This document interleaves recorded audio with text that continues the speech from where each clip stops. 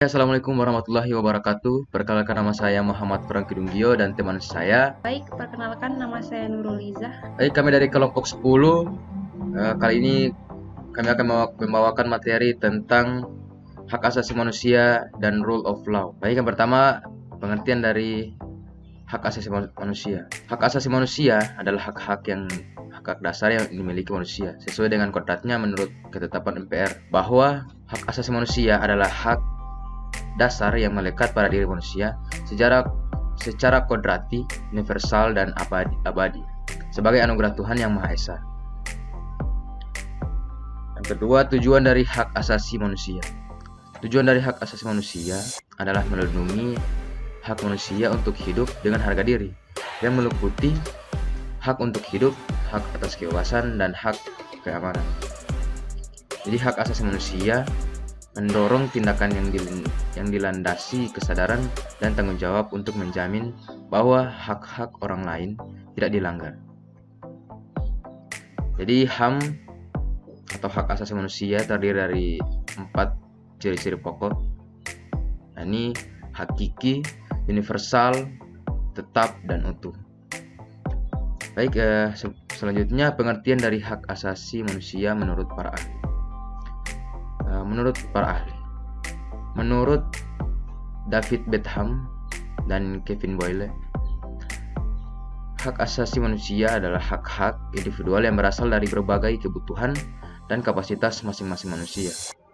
Yang kedua, menurut G.J. Wallhouse.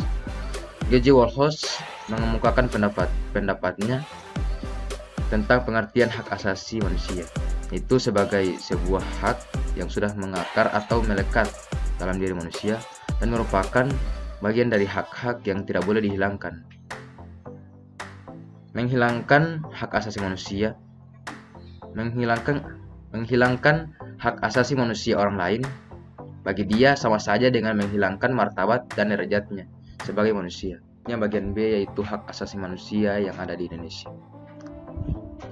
Sejak kemerdekaan tahun 1945 sampai sekarang, di Indonesia telah berlaku 3 undang-undang dasar dalam 4 periode, antara lain yaitu periode 18 Agustus 1945 sampai 27 Desember 1949. Berlaku undang-undang periode 27 Desember 1949 sampai 17 Agustus 1950. Berlaku Konstitusi Republik Indonesia Serikat. Selanjutnya itu periode 17 Agustus 1950 sampai 1959, berlaku Undang-Undang Dasar 1950. Periode 5 Juli 1959 sampai sekarang berlaku Undang-Undang Dasar 1945. Dalam Undang-Undang Dasar 1945, butir-butir hak asasi manusia hanya tercantum beberapa saja. Sementara Konstitusi RI 1945 dan Undang-Undang Dasar 1950 hampir bulat-bulat mencantumkan isi deklarasi hak asasi manusia dari PBB. Baik, selanjutnya akan dilanjutkan oleh teman saya. Baik, saya akan melanjutkan dari presentasi teman saya. Bagian C yaitu rule of law. Rule of law adalah suatu legalisme hukum yang mengandung suatu gagasan bahwa keadilan dapat dilayani dengan cara pembuatan sistem peraturan dan juga prosedur yang objektif, tidak memihak, juga tidak personal serta otonom. Ya, berikutnya prinsip-prinsip rule of law secara formal. Pertama, negara Indonesia adalah negara hukum. Pasal 1 ayat 3. Kedua, segala warga negara bersamaan kedudukannya di dalam hukum dan pemerintahan dan wajib menjunjung hukum serta pemerintahan itu tanpa kecuali. Pasal 27 ayat 1.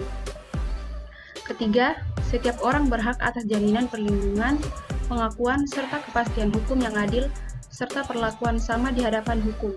Pasal 28D ayat 1.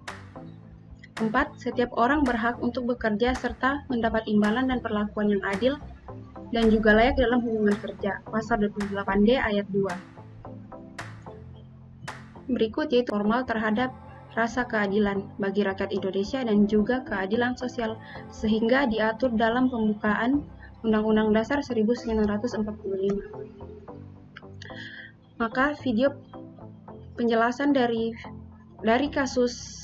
HAM ini kami mengambil sebuah kasus yang sedang viral baru-baru ini, yaitu kasus Novia.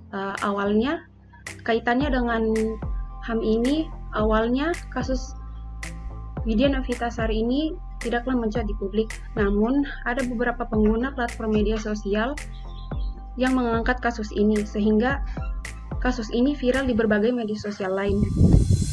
Setelah terjadi kasus ini, perlunya adanya penguatan terkait HAM terhadap perempuan, di mana perempuan seringkali menjadi korban kekerasan, terutama kekerasan seksual.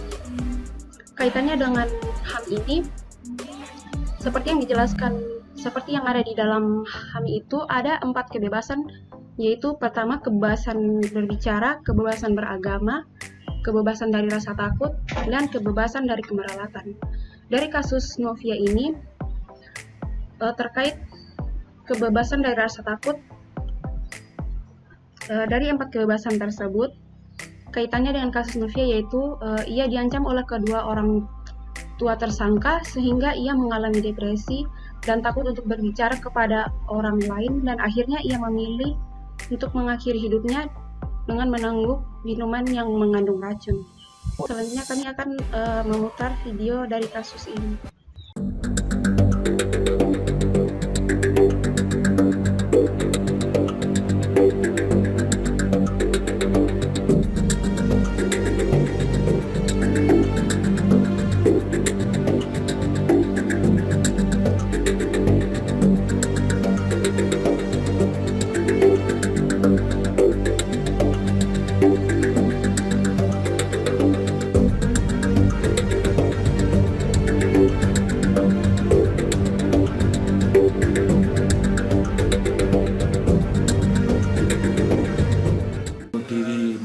Saya tidak kuat Pak, karena saya sudah harus kemana lagi untuk curhatnya.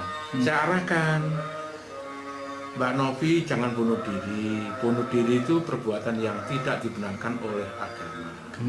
Tenang aja, nanti saya bantu dengan istri yang juga lawyer, diarahkan. Jangan masalah bunuh diri sebagai jalan utama. Ada solusi terbaik, nanti kalau minta keadilan, saya bantu untuk mencari keadilan.